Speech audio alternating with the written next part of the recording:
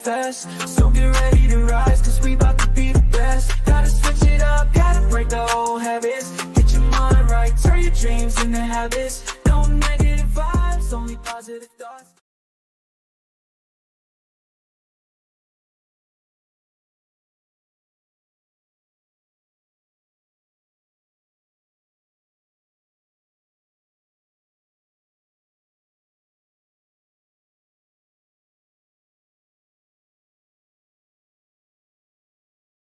What is up, guys? Welcome to another episode of the Mindset Cafe podcast.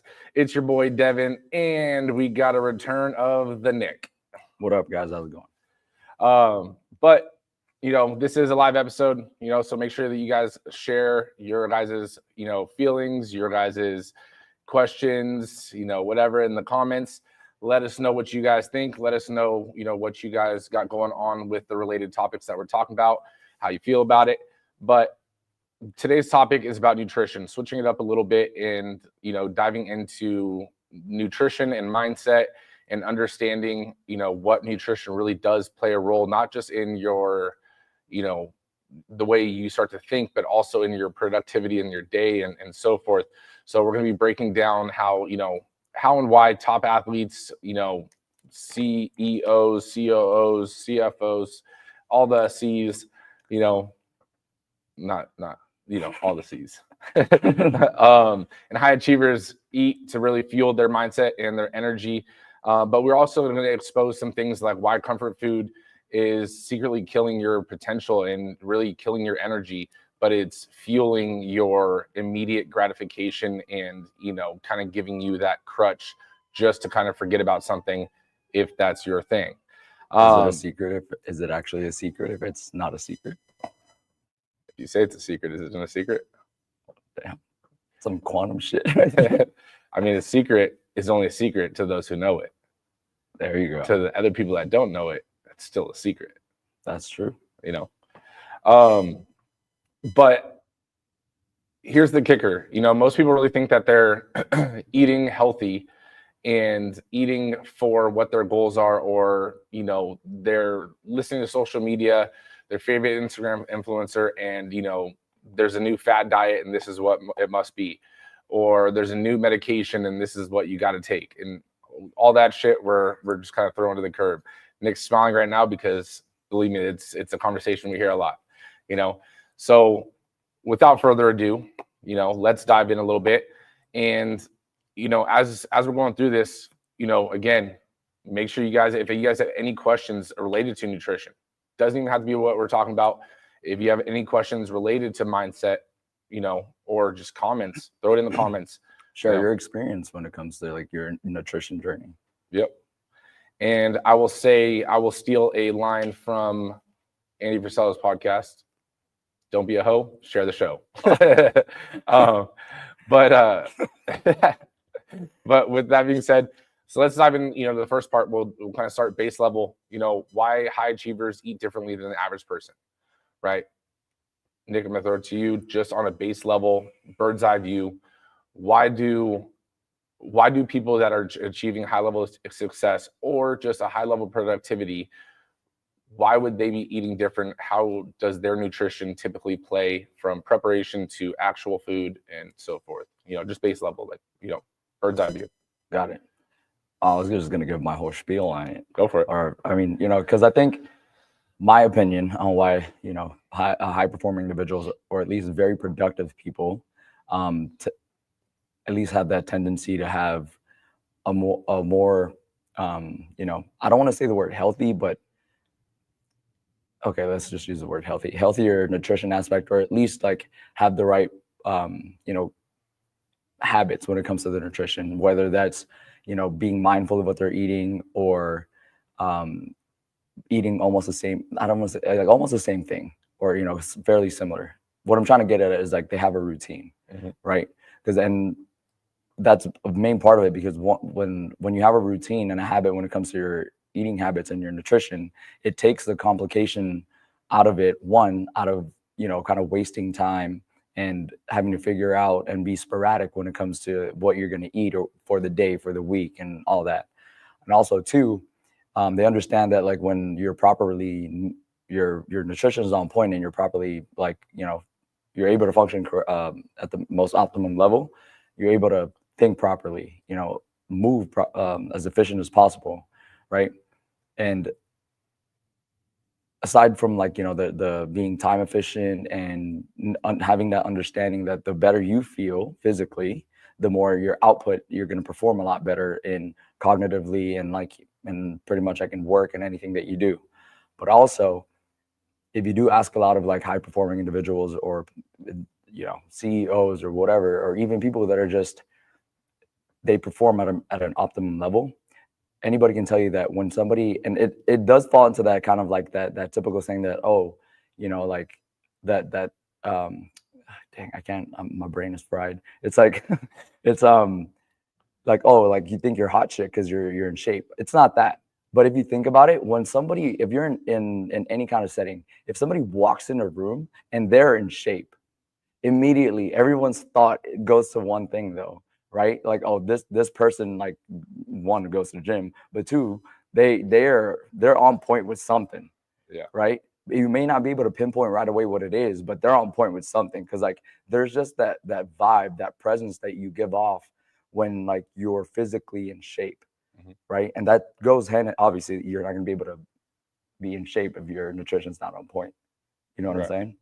Like if someone's like, and let's just call it what it is. Like, I mean, that's debatable though too. I mean, like, I will say, I just got to throw it out there because some people think that just because you have a six-pack, you're in shape, but then you got to go into like that one caveat is like there are different body types, right? And so like an ectomorph that already has, like, it's harder for them to gain weight just because they look good and they're telling you how to get a six-pack doesn't necessarily mean they know how to get a six-pack. It's hard for them to not have a six-pack, right? So just because they're like, oh, this is what you do, and they're doing flutter kicks and they're just do this is what I do, it's like, yeah, but you can't get up to, you can't add 10 pounds to you, right? So you got to take it with a grain of salt. So I will say that looks, to a degree, do play a huge role in it, but there's a little bit more to it, and like you're definitely going into that part. So I just want to make sure that people don't just go into just looks. Right. 100%. I agree with that. I wasn't trying to call people out and tell you like, oh, if you're not if you don't look like you're in shape, you ain't shit. That's not what I'm trying to say. But in addition to it though, is the fact of like when your nutrition's on point and physically, you are at your optimum capacity at that moment or whatever, it's that energy that you give off internally, the way you carry yourself, and the way you're functioning is optimum, but also like the energy that you give off and how you carry yourself, how you speak, you know what I'm saying, how you move. It's like that energy that you're giving off is also, there's a difference between when your nutrition is not on point and you're like, damn, and you're kind of sluggish, you don't like, outside of where you're walking into or where you're trying to present yourself, you're not doing what you're supposed to be. The way you can tell, like when someone's like, I guess like has that form of insecurity in a sense, you know what I'm saying? Versus like when that like I do what I'm supposed to do, right? I do the right thing when it comes to like eating right and all that, and it shows and it reflects in how you carry yourself. It's like it also shows. Yeah, I mean, just to kind of go into like some other reasons, like starting to dive into the weeds of the nutrition, right? Thinking about certain high performers. If we talk about, in the business sense, and actually I would say even for you and I, like we are very much in this category of type of eating. But Steve Jobs, for example, has mentioned in multiple interviews that he eats the same thing pretty much every single day, but it's not a special thing that like Steve Jobs does, and it's like a secret. You and I do it out of its convenience, right? And it's not necessarily convenience of, oh, it's just really quick to eat the same thing. It's because we know what we need to eat, and instead of making 10 different variations, 10 of this and all, and taking that kind of time, because our time is already limited in what, like, you and I both don't enjoy cooking, right? It's not a passion of ours, so it's like, I know if I cook this, ground turkey, if I do this and I could just do it real quick and do it in bulk, cool, right?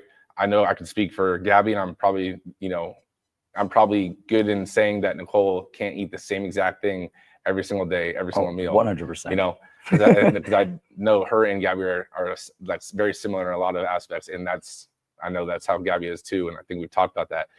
But for me and for you, it's like, you know, wake up, you know, first meal pretty much the same. Second meal, probably a shake. Third meal, it's probably the same. You know, it's like, and it's off of convenience, but also it's like because our main focus is eating for fuel and not eating for pleasure. Right. Other people, when you get into like the athletic side of it, right, now you're eating for a different certain reason, right? One, it's either to, let's say remember Diana, like she used to have to cut weight. So her nutrition was around like cutting drastic weight but maximizing power output for punching and for fighting. She was a professional boxer.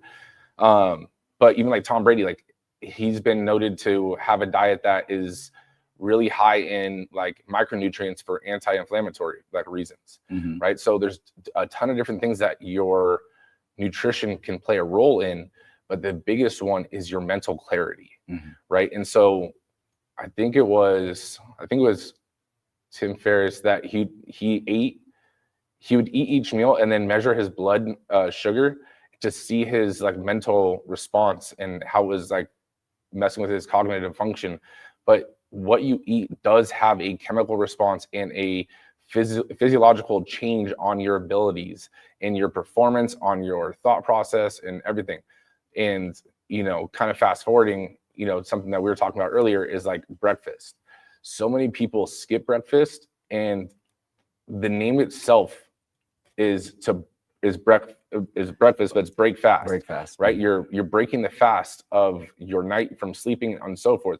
You're also giving your body the initial nutrition it needs to fuel the start of your day, right? It's like getting into your car and already having it on E and then being like, I'm just gonna go as far as I can, and then maybe I'll put gas in it later. Yeah. It's like, is that really productive, right? Instead of filling it up in the beginning of the day and then, you know, topping it off here and there throughout the day, right? And so, like, what are your thoughts, or what have you seen, I guess, from the gym side? We'll take it into the gym side with people and them struggling with breakfast, and like some of the advice that we've given, right? And because, I mean, you already know my favorite, you know, breakfast, you know, protein shake style. With the cereal? Yeah, that shit smacks. I mean, if you want to share that with people, I think that's a, you know, a plug for them that they may be able to benefit from.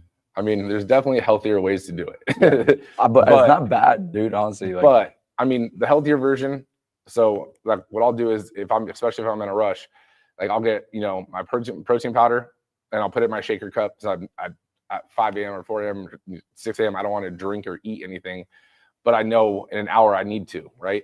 So it's like, I don't want to make the shake now and then have it get warm and gets gross. And, you know, last thing you want to do is wait for a little bit, and all of a sudden you open it and it's like, fuck, it smells, you know?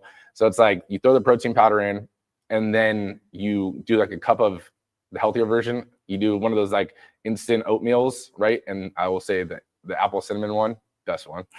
But you you throw one of those in, and then when you're ready, you throw water in and you shake it up, and you get your carbs, you get your proteins. It's amazing. But the unhealthier one, and the one I tend to lean towards as I'm a child, is you do the protein powder and then you do a cereal, you know, and, you know, now having, you know, a daughter, it's easier to justify why I'm using the cereal. But, you know, it honestly, it's one of those like quick things to do in the morning, but it's honestly, it's like now you're breaking the fast. Like, even if you have to do a protein shake, like, yes, is it more beneficial to eat breakfast? 100%. I'm not going to disagree on that. But again, efficiency. Am I going to have time to eat breakfast, right? Or if I'm like, damn, I don't have time, am I most likely just going to skip it because I don't have time to sit there and eat and stuff? I'm probably going to end up skipping it. So drinking it it's like, that's better than, you know, not doing it at all. Right. You know? No, and honestly, like when you told me the protein shake, the way you do it, and the way I actually figured out that Devan was doing that protein shake was because I saw him here at the gym. He made that shake one time, and I walked in the back office, and he was drinking the shake. And then we were talking, and then you took a drink, and then like you started chewing, and I was like, what are you drinking? I was like, are you chewing? He's like, yeah, I put cereal in my protein. And then you told me how you did it, and I was like, damn, that's actually pretty smart, because it's like cereal, but in like a protein shake form, Yeah. and it works really well. I actually like that a lot. I haven't tried it myself, but it looks good because you don't put that much cereal in it either, Right. just enough to cover that carb aspect Mhm. of that meal and like put something in your stomach. Yeah. But to answer like what you kind of said, like what we kind of like, have a lot of talks with the members in the gym, it's like, they're not hungry in the morning, right? Mhm. Now, being completely honest, like I get that everybody has a different schedule, right? Everybody has a different schedule. Everybody wakes up at a different time. And for those people that come in at 5 a.m., I get that they can't wake up at like 4 or whatever and then just get a meal in and then, want to just come work out like 20 minutes right after. Like that part, like I can understand, but you can still, again, you can maybe drink a protein shake or something, but in a more realistic, tangible sense, I guess, for normal people that wake up, not normal people, but like the people that wake up a little bit later in the morning, like if you wake up like 7, 8, and then you're gonna, go to work in a little bit, it's even if you're not hungry, keep in mind, like you're putting something off like your breakfast, but you're trying to run on empty, like Devin said with the car. It's like you're trying to function, physically and mentally and get yourself going, but there's essentially not a lot for your body to burn and use as fuel and use as energy to carry you throughout the day and to get you started. And what happens a lot is most people are gonna be like, I'm not that hungry, or more so, people are gonna think, oh, the less calories I eat in the day, the better. I'm gonna lose weight, right? So then they'll skip breakfast and just eat way later on in the day, and that's what some people like praise intermittent fasting. But at the end of the day, I think we covered this in another episode. But the whole intermittent fasting thing is just at the end of the day, you're counting your total calories and your macros, right? You're just trying to condense it all at one time, and the different kind of diets out there, it's just about your preference. But as long as you are hitting your numbers that you're supposed to hit, that's really what matters.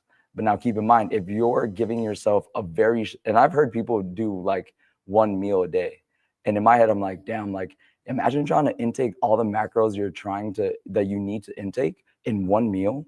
Go to McDonald's.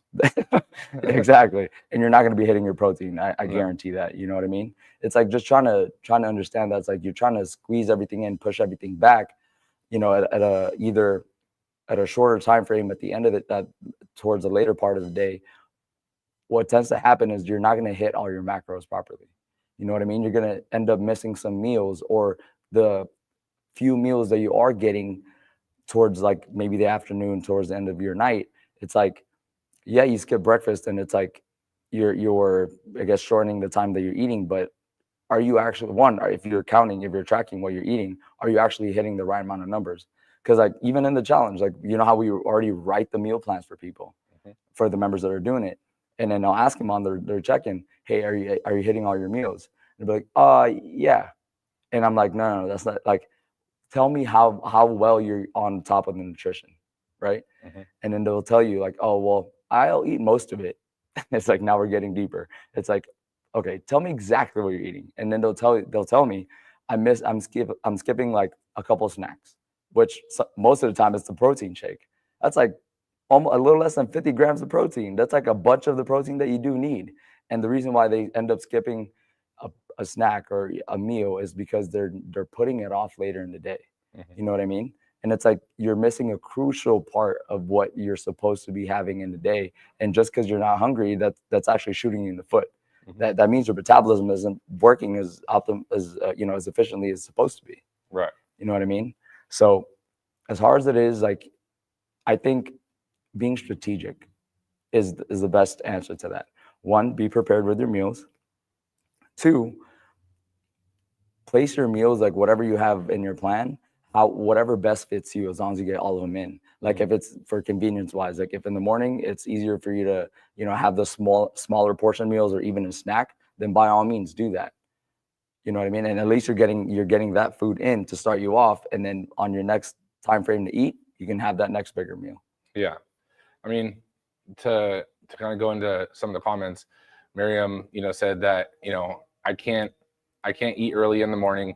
I get hungry I don't get hungry basically until 11, and sometimes I end up breaking my fast with foods that lack in protein. So going into what Nick is saying too is like, not every meal necessarily needs to be a even split of protein, carbs, and fats, right? If your breakfast is a little more carb or fat heavy, then that means that your protein just kind of gets pushed back into those other meals of the day, right? And it's crazy because there was actually a study done, because like the thought process up until recently was that, you know, each meal you can only really consume and absorb and utilize 30 to 40 grams of protein, right? And so even when you're writing meal plans, it's like, okay, now if someone needs to get 200 grams, and you're like, okay, well, I'm gonna hit 40, and then they gotta get, you know, 4 meals and a snack that, you know, try to equal that 200, and it can get time consuming and so forth. But the most recent studies have actually shown that we don't know what the true like cap is on protein intake to utilization. So even if you do miss a meal, like let's say your breakfast did contain protein and then you didn't eat it, if you did put that into the next meal or split it between the next 2 meals, like you'll still utilize those amounts. I'm not saying eat all your protein in one meal, because that's a ton of protein, and you almost have to think of your metabolism almost like as like a line in a theme park. Yeah, I was trying to think the term of the line, but yeah, almost like the waiting line at like Disneyland, right? And it just keeps getting backed up and backed up and backed up. So if all of a sudden you have all this preloaded carbs and fats, and then you're putting the protein, it's like that protein isn't going to get to metabolize fully by the time it gets there, you know. And so the carbs and everything that go behind it, it's going to start storing as fat and so forth. So that's why splitting it up typically can be easier to utilize and really make sure that your metabolism is a little more efficient. But again, it's to each their own. Like, you know, if it works for you and it fits within your day, you feel good, you don't feel all, you know, all of a sudden you eat and then you're all, you know, sluggish and, you know, lethargic, then by all means, right? So there is no set time on necessarily when you need to start eating. So like Miriam, if you're waiting until 11, that's fine, but make sure that your next meal is, you know, a decent amount of time afterwards, meaning that you're not eating at 11 and then eating at 12 because it's lunchtime. It's like, okay, you're eating at 11, the next meal will be around 2, and then the next meal will be around like 5, you know, now you have, that's 3 meals. If you have snacks in between, you know, that's still, you can still hit your 3 meals. Now, some people will be like, okay, well, isn't that intermittent fasting? I guess, right? But that's just what works for her, right? If I wait until 11 to eat on, let's say today, I might be hungry at 8 and be like, fuck, so I can't wait. I have to wait until 11. Now you're intermittent fasting. If you're setting the time frame every single day, I'm not going to eat until this time. Now you're intermittent fasting. Is intermittent fasting beneficial? Maybe, if it works for you, right? Otherwise, the only reason why people think it's this amazing diet and stuff is because the fact that you're eliminating time frames that you would normally eat junk food. Eliminating calories in is obviously going to have a result in weight loss because you're eating less. You're going to start creating more of a deficit from what you previously were doing, and all of a sudden you start to lose weight. There's no magic to intermittent fasting, right? Because technically you're intermittent fasting once you go to sleep, right? That, I mean, granted, you're sleeping 8 hours, you know? Yeah. And I want to add to, you know, kind of into Miriam's thing, that when she said towards the last part, she said that she ends up breaking her fast with foods that lack protein. Now, it could be, you know, I'm not speaking for you, Miriam, but I definitely agree with that most people, that they'll do that intermittent fast or push their, you know, their first meal later in the day, and what ends up happening because you're starving and now your body's not, you know, asking for food, and mentally you're deteriorating. So then what's the first thing that your mind wanders off to want to eat? Junk food or something that's going to not, you know, satiate your taste buds rather than your fuel needs. You know what I'm saying? So with that, if you guys truly want to be successful in one, you know, optimizing your eating habits and your nutrition part, yes, being prepared is a huge part of it, but also be strategic with your foods. Because again, like it can go back to, you know, like writing meal plans for people, whether you're on the challenge or not. It's like, if you know that you want to have like a good workout, right? It's like I would suggest like maybe save your snacks or like the foods that are like a little bit higher in carbs, like prior to your workout. And I'm not saying right before your workout because you're gonna throw up everywhere. I'm saying, you know, like maybe 45 minutes, an hour to a little bit longer if it's a heavier meal, you know, that's higher in carbs, like before you're gonna work out. Because like you know that when you intake those carbs, it's going to help you fuel and break it, metabolize it, and use it as energy, and you're gonna have a much better workout. You know what I mean? And then properly spreading your protein throughout the day, it's gonna keep you satiated. And I think water is a big part of it too, because there's a lot of people think, actually, you know, I don't want to throw her under the bus, but Nicole tells me this all the time. Like, she's like, oh, I'm hungry. Or you know, I kind of want a snack. And it's like, have you drank water today? You know? And then it's like, she's like, not really. And it's like, you might be just thirsty, or I think you're just thirsty, or you're a little dehydrated. Yeah. You know what I mean? Because like, if you drink it like water, like sufficiently throughout the day, it can actually negate some of that hunger pains, or what you think could be hunger pains. Yeah, it's not negating hunger pains necessarily, but you actually answered Patty's question, which is how about if you're hungry all the time, right? But to aid in what you're saying, like to kind of piggyback off of where you're going too, is like it's the same mental trigger when you're hungry and when you're thirsty, right? So if you're hungry all the time, in your mind, you're thinking you're hungry all the time, but really you're hungry some of that time, and then you're thirsty some of that time, right? But if you're constantly drinking water, now we can eliminate the fact that you're already hydrated, so you're not thirsty necessarily, you're hungry, right?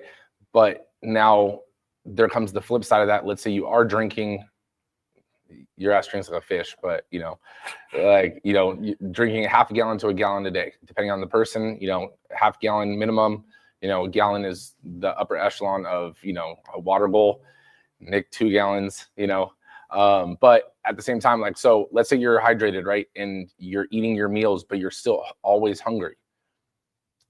Make sure that your caloric intake is lined up with what you're actually doing. Because if you're over expending calories and you're not intaking enough, you're actually also going to slow down your metabolism, right? You have to factor in not just, okay, well, this is my current weight, this is how many calories I need to eat. It actually goes off of a little bit more than that, off of like total expenditure for the day and so forth, right? So that might be one of the factors. The other thing is, are you hungry? If you're already drinking water and you're eating normal, but you seem to be hungry all the time, do you have a past where you've used food as a comfort, right? Have you used food in response to essentially rewarding yourself?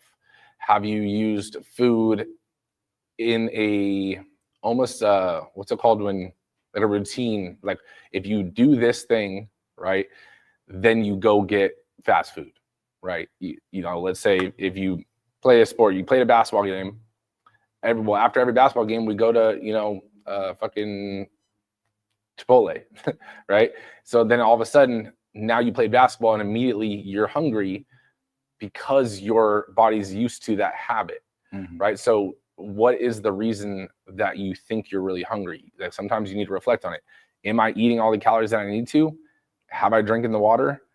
Am I really hungry? Because you got to think, you're not necessarily eating, like food isn't meant to just eat and be a pleasure. You know, I'm not saying that you can't enjoy eating the food that you're eating, but too many of us use food as a pleasure instead of using it as fuel, right? Food is that, it is fuel. It is meant to be eaten so that you can expend the energy, you can repair muscle and so forth. Everything else is just a cherry on the top that the food tastes good, that you don't have to eat the same food every single day. But if this was back in the day, you hunted for your food so that you could survive, so that you could have energy and so forth, but you pretty much ate what you caught, right? And now food is so readily available, and so it's like, okay, am I just eating this because I saw it and it has a cool wrapper and that's why I'm buying it, you know? Or is it, you know, that I actually am hungry and I do need the nutrients? Yeah, right. And I think too, to add to that, it's like what some people feel like, oh, I'm hungry all the time, and kind of thinking, okay, well, what is your regular eating habit throughout the day or regularly? what I mean by that is like, are the foods that you're eating and the meals that you're having, is it nutrient dense foods? You know what I mean? Because like you can think like, oh, like I don't, I eat a healthy amount, or I eat like a decent amount where I only have 3 meals a day, right? But it's like, okay, well, what are those 3 meals? Are they just like kind of high in sugar, high in carbs, high in fat, but not enough in protein? So it's not as dense to be for you, for your body to what your body actually needs. You know what I mean? To hit your proper macros, but also to properly give you energy. You know what I mean? Because it's like if you're only eating 2 to 3 meals a day, but those 2 to 3 meals is like what? Maybe some tacos, or you go out and grab something of a quick fast food. It's like those are probably not hitting your protein, the right amount of protein for you. It's just uploading you. It's just like, you're uploading a bunch of carbs and fats that's like you're probably going to store. Right. You know what I mean? And you're not meeting the right amount of numbers that you need. Because I at the end of the day, when it comes down to your nutrition, it's just math, just numbers, and being smart and strategic of where it's like an allowance. I like to explain it to people like, think of it like you have an allowance for whatever your goal is, and you have your macros set and your total calories. It's like your allowance for the day. Where are you going to spend your allowance? You know what I mean? Because like if you spend like all your allowance, all your numbers that you're allotted for the day on carbs and fats, and you save like spare change for protein, it's like, don't expect to lose body fat and like gain any muscle and see any change, progress on what you're trying to attain. Yeah. But and I'm thinking about like the way because an allowance is like you get the money. It's up to you how you spend it. But that's if you spend it. That's if you spend it. So with this, it's like almost like an investment kind of style, because it's like you need to invest in the 3 different buckets, right? And you going with the allowance way is like you need to spend all your allowance by the end of the day. How do you want to mix and match? So I mean that it does make sense in that way. And to go into what you were saying about, is it nutritionally dense, right? Because that's where people get mixed up, is like food is all going to have nutrition to it, right? But is it nutritionally dense, meaning it's, a dense food for your protein, a dense food for your carbs, a dense food for your fats and for your goal, or is it just calorically dense, right? Just it's a sugary, Patty, now you're listening, Girl Scout cookie, and it's like, that's not nutritionally dense, that's just calorically dense, right? In relation to your goals, your nutrition, and so forth. You're trying to eat foods that are more nutritionally dense with the 3 macros instead of one of the macros, which makes it more calorically dense, right? Miriam said that, she eats around 11-ish because that's when she gets hungry, but thanks for the reminder about the importance of meal prepping. It's not necessarily meal prepping either, right? Yes, that does make it a lot more efficient and make it easier to stay on track, but it's just about efficiency of your day, right? So again, if you get hungry at 11, eat at 11. That's fine.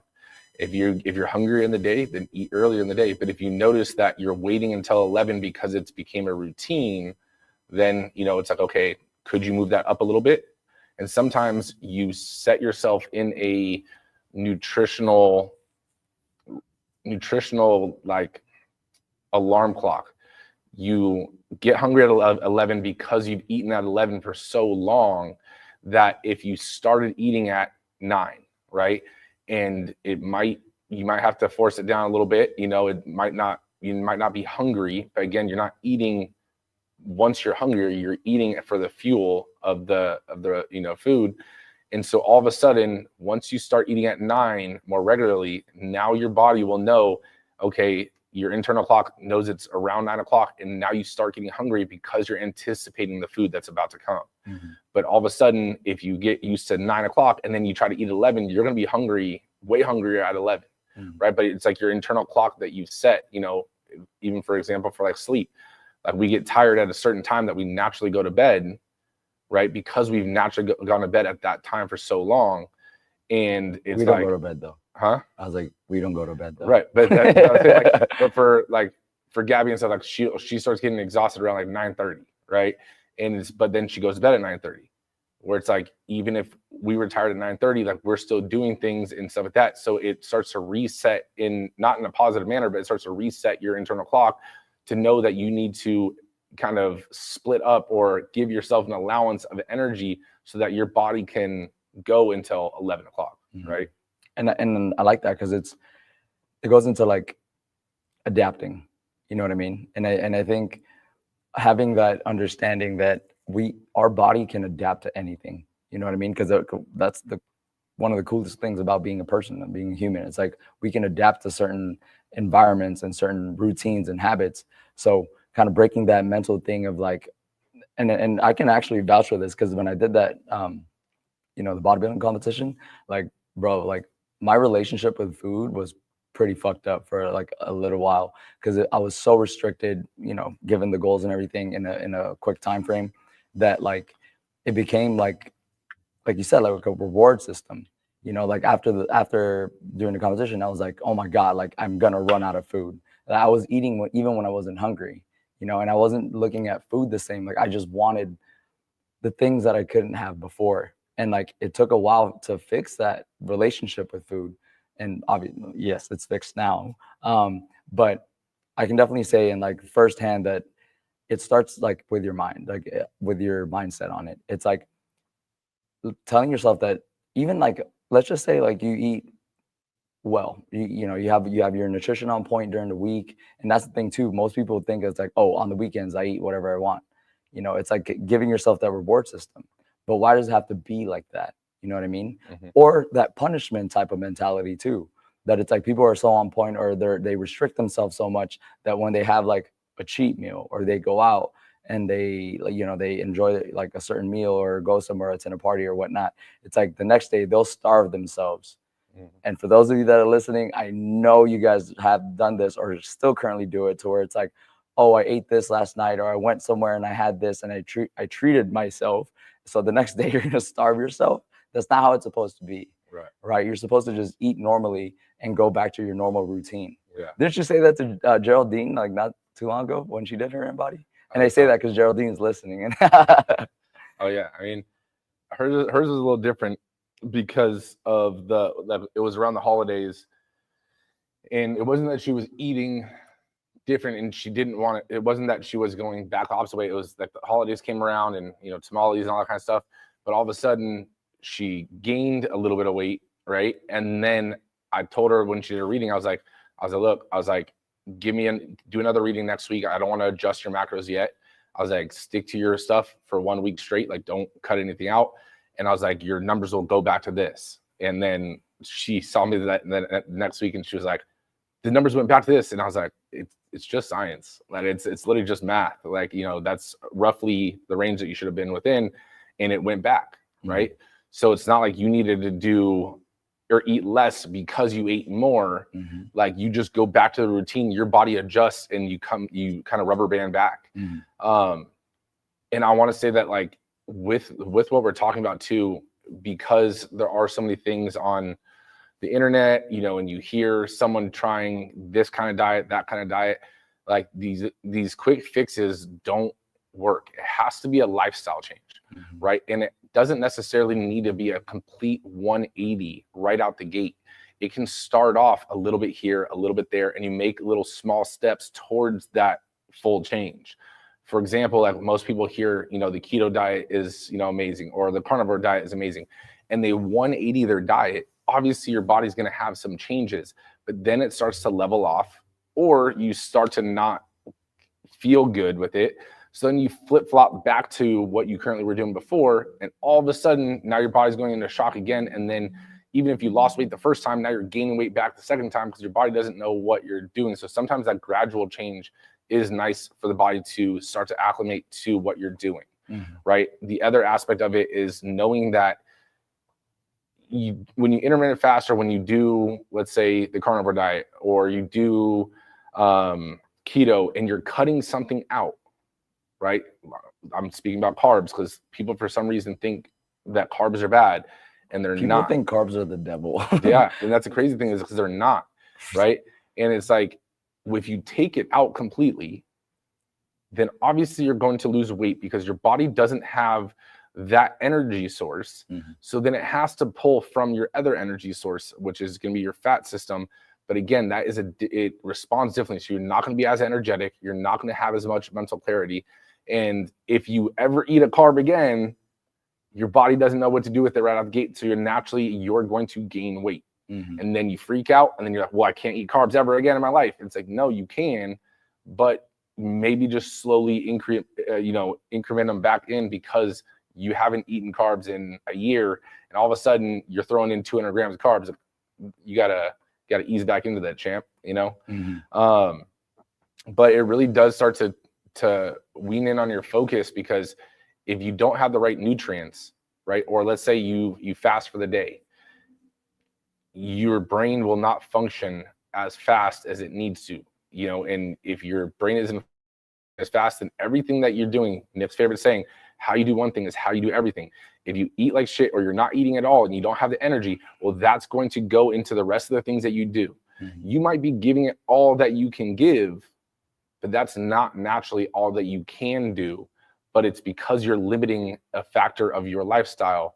It's having a ripple effect on the other areas of your life. And honestly, the conversation of carbs with people is just, it just happens all the time. And it's like, we got to remember that for you to, like you just said, like to be able to function cognitively normally, you got to have carbs. That's where your brain is getting the energy from your carbs, your carb intake. You know what I mean? And some people, and again, it's like that relationship.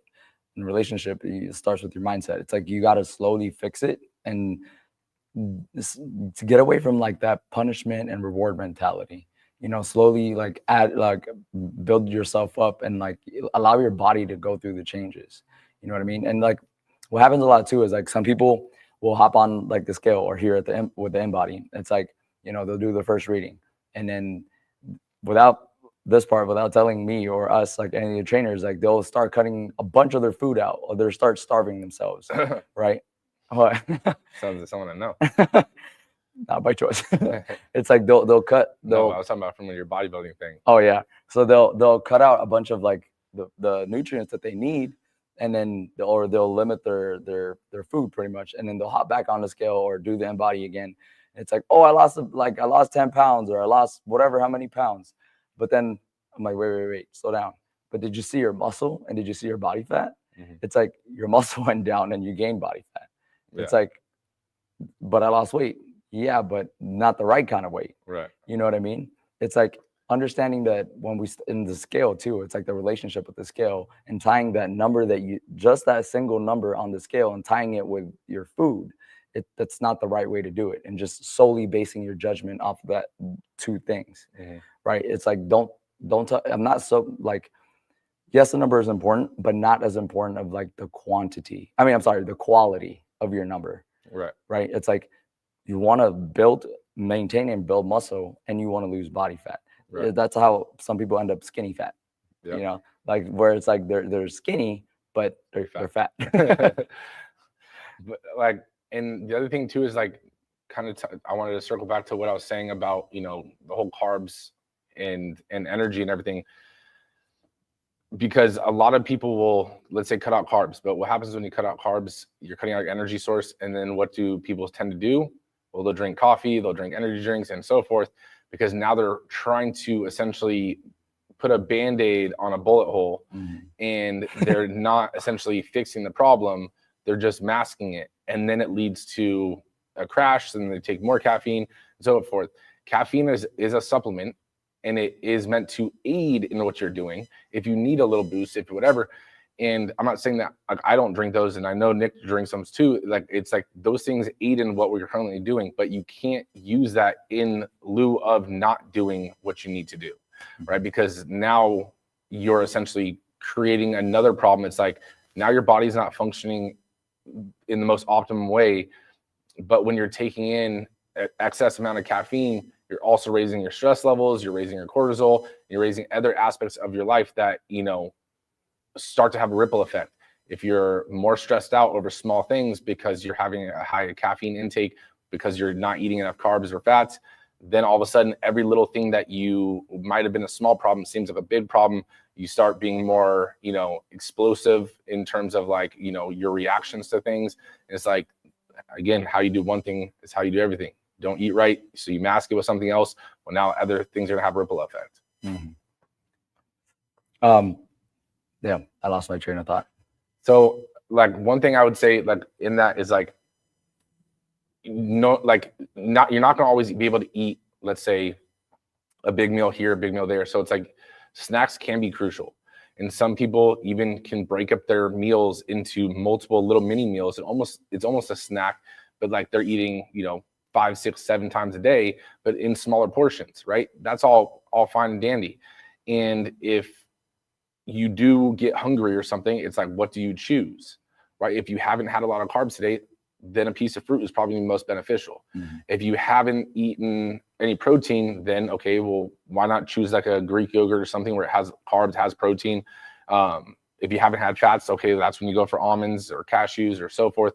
But it's like having those foods and knowing what to eat and when to eat them also affects your daily results, right? Your energy output. You're starting to get sluggish or tired. Okay, well, have you eaten? Right? You don't feel as mentally like clear and you feel a little groggy. It's like, okay, what was the last thing you ate? Right? Was, you know, like what did you have? Right? Because sometimes that is what it is. Yeah. You know? Yeah. But what I was gonna say was, you know, with the snacks too, it's like when people say, oh, like have a snack, it's like what Devin means to say is like, I'm trying to think of a good term for it, like a good snack. You know, because I don't want to tie like certain words like good, bad. And I think that's the other thing. That's the thought I was trying to go with, is like the tying that word good and bad to food. You know what I mean? Like there's no, I want to be careful. No, there's definitely bad foods. There's definitely bad foods. You know what I mean? But they taste good, but they're bad. Exactly. But it's like when you're having snacks and stuff, it's like, what kind of snacks are you having too, you know? And I think that was the other thing. It's like if you're eating you're eating right, or you're mindful of what you're eating, especially your main meals. And then a lot of people have trouble with snacking. You know, a lot of people are like, oh, when I'm at work or I'm busy, it's like I'll just have a little snack. You know, but what kind of those are you having? A bag of chips? You know what I mean? It's like how do you feel when you have those kind of snacks or meals that are just quick and convenient? I can guarantee that you do feel sluggish or your stomach's upset. I can definitely vouch for that because, you know, my stomach be bubbling and shit. But it's like versus like when you actually are more prepared or a lot more mindful of like turning to having snacks like almonds or, you know, string cheese. I'm lactose, but you know, for for a protein bar, you know what I mean? It's like being smart and strategic with those. It's like those things, like when you have those snacks or your meals that are actually a lot more wholesome and like dense, it's like I guarantee energetically, physically, you feel a lot more energetic. You feel a lot more mental clarity as well. Versus like you think you had a snack or a meal that was like, you know, not just like you said, calorically dense. Mentally, you think you're like, oh yeah, I feel good, but your body's probably like, I don't think so. But it's like I feel like shit. You know what I mean? Well, definitely. And Patty said the challenge. She said though, but the challenge taught me what foods to pair, and that has kept me in check these past few months. I mean, minus the picture of the beer, you know, still gonna throw that out there. I'm just kidding. But no, I mean, you know, the thing is doing like a challenge or, you know, getting help or, you know, getting advice from someone that knows can be a huge knowledge tool for you, because sometimes it's just getting some guidance of what can I eat, when should I eat, right? And not saying that that's the only things that you can eat, but at least you understand the concept of, okay, these are the kinds of foods when I get tired that I should try to eat. For example, when people come in to do their first workout and, you know, they get nauseous and, you know, sometimes throw up or whatever. And even back when I was personal training, I let them know, I was like, look, before your workout, you know, eat a banana, eat an apple, right? The sugar, and try to do it 30 to 45 minutes before the workout, right? But it's strategically placed 30 to 45 minutes before the workout so that those carbs and that sugar is still in your blood system for when you're working out, and now your glucose doesn't drop and you don't get nauseous. After a few workouts, your body can regulate your glucose in terms of your energy expenditure, and now you don't need to use that aid, right? So, but if you still want to eat that before, by all means, eat it, but it's like sometimes you just need that guidance. So like for Patty, using the challenge and understanding where to pair the foods, what made her feel better, what kind of foods worked for her. Sometimes it's just getting that advice, right? Taking a step out and, asking for help. Yeah. Like you said, there's the strategy. It's like our own perspective of, one, you got to set a goal. Like you got to set a goal for yourself. Like, what are you trying to attain, right? Like be very specific. Like we've talked about in like setting goals. It's like, are you trying to gain some muscle, drop body fat? Are you trying to feel overall healthier, feel a lot more energetic? Think about the long-term effects of it. But when you do have a goal, start planning out your blueprint and how you're going to, get there. It's pretty much saying like you said, the strategy part. It's like placing those like, that fast digesting carbs and like those sugars like before your workout. It's there before your workout. Just because it's like, okay, you can have a piece of fruit, you can have like some almonds and stuff like that, or even a protein bar. Doesn't mean you can, just because they're good, smarter snacks, right? Smarter snacks doesn't mean you can like download all those smarter snacks at the end of your day. Right. You know what I mean? Because then what are you about to do? You're about to go to sleep. Now you're not using any energy. You're about to go to sleep. So what is that going to happen? You're just going to store that shit. Yeah. But with that being said, guys, we hope this helped a little bit. Make sure you guys tell a friend, tell a family member about us going live, because at the end of the day, we are here to engage with you guys. But, for everyone that did comment and throw their, questions and stuff in the comments, we do appreciate you guys. And we appreciate the rest of you guys for following and supporting and everything like that. So with that being said, we love y'all. We appreciate y'all. And we'll see you on the next one. Later. No negative vibes, only positive thoughts. 'Cause in the game of life, mindset calls the shots. Got my mind on the prize, I can't be distracted. I stay on my grind, no time to